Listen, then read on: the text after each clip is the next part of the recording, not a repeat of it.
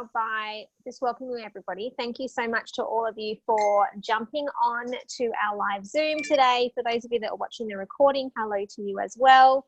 And one of the things that I mentioned a couple of weeks ago was that one of my favorite network marketing books that I call the Bible of network marketing is GoPro. So who has either read this or listened to it within the last however long you've been here with Zija? Awesome. I can see hands up in the air. Fantastic. Hello. So in this book, there's a bit of an intro at the beginning, which is awesome. I know, Carolyn, you and I had a conversation about you didn't want to be one of those creepy network marketers that, from back in the day, come over for dinner, but it ends up being, drawing circles on a whiteboard. It's really taking what we do as our chosen career to that professional level. And as Eric Worre talks about in his book, there's 7 skills to master to become a network marketing professional. And I think that all 7 skills we need to consistently work on, especially ones that you're not great at. But the more you do them, the easier it gets. I was chatting to a few people this past week who wanted to start getting back into doing Facebook Live. And I found that the longer people leave it between doing one video to the next video, it's hard to press that go live button compared to if you're doing them consistently. It's easy. You just click on the button. So working on those skills every day is really important. So skill number 1 is all about finding prospects. Now, our prospect list and our finding prospect skill is like the fuel to our car, right? We can't expect our car I couldn't drive from Perth to where Pen is. Pen's in the little box right next to me, so I'm pointing to her. I couldn't drive from Perth to the Gold Coast without putting petrol in my car, right? My car doesn't work unless I fill it up with petrol. And that is exactly what a prospect list is in network marketing. So unless we have people to talk to reach out to build relationships with, our business won't grow. Did anyone ever, when they first signed up to Zija and it said, welcome, congratulations, here is your distributor ID number, did you ever instantly get a message from someone saying, hey, I've heard you've joined network marketing, can I join you? No, it doesn't happen, right? We need to promote ourselves, promote our business, promote our product. So through that attraction, but also by reaching out to people. And even attraction marketing doesn't work unless we have a network to attract to us, right? If we have 0 Facebook friends, no one's going to watch our Facebook Live, right? So prospect list is really, really, really important.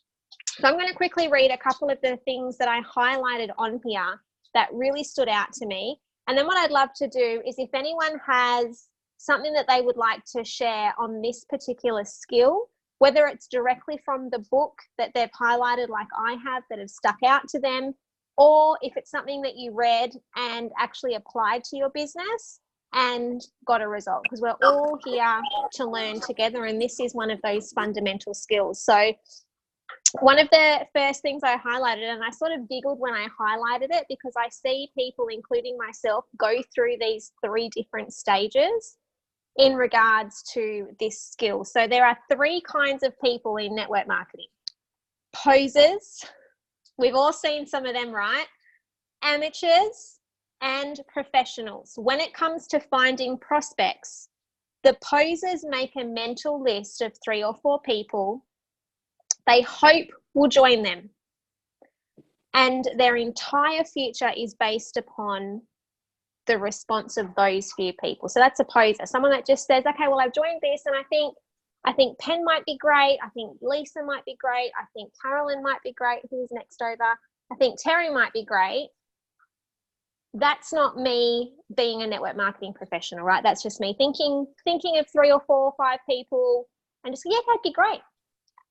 and then not doing anything, right? Hoping that they would assume they would be great as well.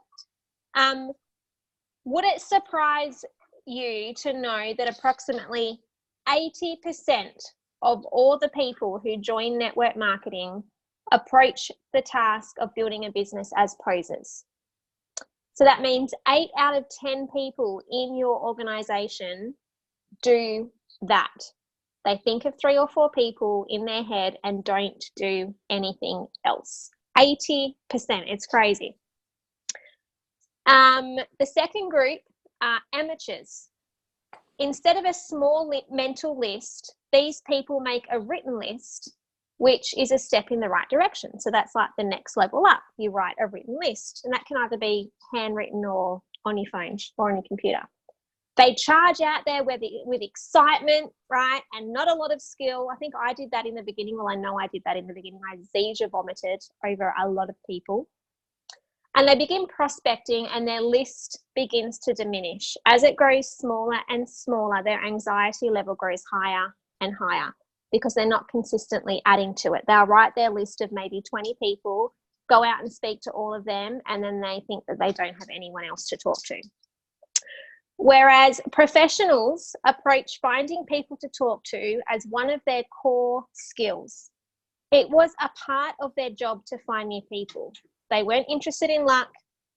They weren't worried about running out of people. They developed the skill to make sure that never happened. And we can do this both online and offline. For me, I do a lot online, as you all know, because I homeschool my kids and James is home a lot. We don't, homeschooling the kids is one of my biggest priorities. And so being at home with them and doing excursions and all of that, I meet people there. But I know that every day I can tick off finding new people online because that's something I can commit to. I don't always get out of the house every day. And looking at this one right here next to me, Pen, it's how I found her. I wanted to start expanding out of Perth and building a business on the Gold Coast. And so I just went into the Facebook search bar and just typed in women who love personal development that live on the Gold Coast. And Pen was one of the first people that popped up. And so I just sent her a friend request and she watched some of my videos and bam, bam. So that's what I got out of it a lot is there's those 3 types of professionals. And I think depending on where we are in our life, life goes up and down. We have different seasons. You can go from one to the other. Because sometimes it might not be a priority building a business and finding new prospects, other times it will be. But I know for me, I got into the habit of adding at least 5 new people every day, whether that was to my friends list, following someone on Instagram, if I was out on a play date with the kids, actually talking to the other mums and not, hiding in my introverted shell, like not wanting to speak to anybody, just making that extra effort. That by the time I went to bed that day, I connected with 5 new humans. It doesn't mean that I Zija vomited on them, right? And asked them to join my business or buy my product. It was like, hey, I'm Belinda. I'd love to connect with you. How has your day been or whatever? Just being an actual human and making a new friend. So that's one of the biggest things I get out of Skill One in that book. So I would love to open it up now before I pass it over to Lisa. Anyone that wants to share on that skill number 1 for GoPro, the Network Marketing Bible? I will then. No one will. Go for it, Sharon. Go for it. Following on from that, I think I'm a semi-professional, not quite an amateur anymore, but a semi-professional. Going on from that, the words network marketing professional. When he says when the world hears those words a lot more, they'll be ready for a better way. Right. So instead of introducing yourself as like, hi, I'm Sharon, I'm a beautician, but I can say, hi, Sharon, I've got my own salon, I'm a beautician, but I'm also a network marketing professional. Mm-hmm. I like that. I think that's really good. And yeah, absolutely. Yeah. It shows that you're taking your business seriously as well, and that you're saying this is a career choice for me. This is not something I've just stumbled upon because I've got no other options. Some people do get into network marketing that way, but a lot of people get into network marketing. I mean, James and I had a clear path. He was making a bucket load of money doing full-time FIFO. I was at home with the kids. Like, I had it pretty sweet, but I wanted something more. We didn't fall into network marketing because we were desperate. We wanted to choose how we spent our time, and being a professional certainly has allowed us to do that. So yeah, I love that. Hey, I'm Belinda and I'm a network marketing professional. There you go. Great job, Sharon. Thank you. Who else would like to share?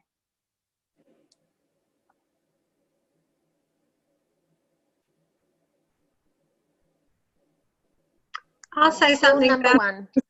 Awesome, Pen.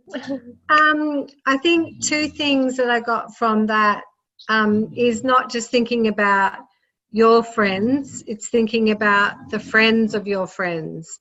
So, you know, once you think about people, then you can actually skew off onto other branches, I guess, of people. And it's quite amazing when you start thinking about who's connected to who, how many more people that you do actually know. And then probably linked to what both of you were saying is you actually network on purpose.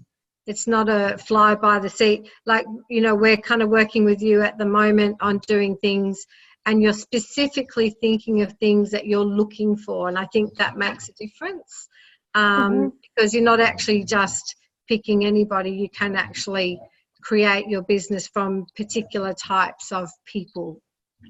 Absolutely. Yeah, we get to choose who we work with and who we want our business to be made up of. And I know of a lot of people in network marketing that are, you know, 7-figure plus earners, but just because someone reaches out to them and asks to join their business as a team member, it doesn't mean that they get to. Like, they actually have, and I'm pretty sure Chris Estes does this. Not everyone can just be personally enrolled by him now, because he doesn't spend a lot of time prospecting and recruiting people now, because he's more about building up his organization and leadership, just like David Moses. But when he does enroll someone, it's a very intentional choice and a specific type of person. And, you know, there's so many stories that, since you've said that, Pen, that I'm thinking of why our team is even here. As an example, Chris Estes wanted to enroll this guy called Jonathan McNabb, who was I don't think he's a chiropractor. I think he's a physical therapist. And he went to high school with this guy's wife. In fact, they were each other's prom date. And so he thought, okay, it's going to look a bit weird if I prospect the girl I went to prom with, and then if I try and prospect her husband. So who do they know that I have some mutual friends with that I can recruit? So he went around that, enrolled someone else, who then enrolled Jonathan, who then enrolled Kevin Brazel. And so it's that intentional friend making. I love that, Pen. Thank you for bringing that up. All right. Anyone else would like to share on skill number 1? No? Okay, so next week what we're going to talk about is skill number 2, which is inviting prospects to understand your product or opportunity. What I have found, and I was certainly like this at the beginning when I was first asked to, you know, if you were going to build your dream team and start your multi-million-dollar company and put together your board of directors, who would they be? I thought straight away that just because they were on my list, it meant I had to call them that day and ask them to join me. There's a big difference between skill number 1 and skill number 2. Skill number 1 is just writing their names down and doing some type of small effort every day to even add one new person to that list every day, because in a year, that's an extra 365 people, depending on the year. And skill number 2 is actually inviting them.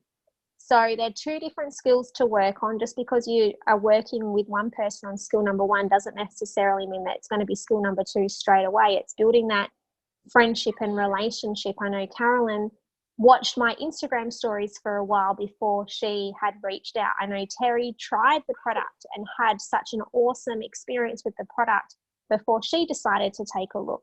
So there's so many different ways we can build that relationship and pique people's interest, and that's a skill all in itself. So that's what we're going to be talking about next week. So between now and then, read that chapter, go through Highlight Anything, and see how you can apply, if you can apply what you learn in that chapter to your business, because I'd love to hear some stories about people putting that particular skill of the week into action. I think that will be really, really powerful because we can all learn from each other.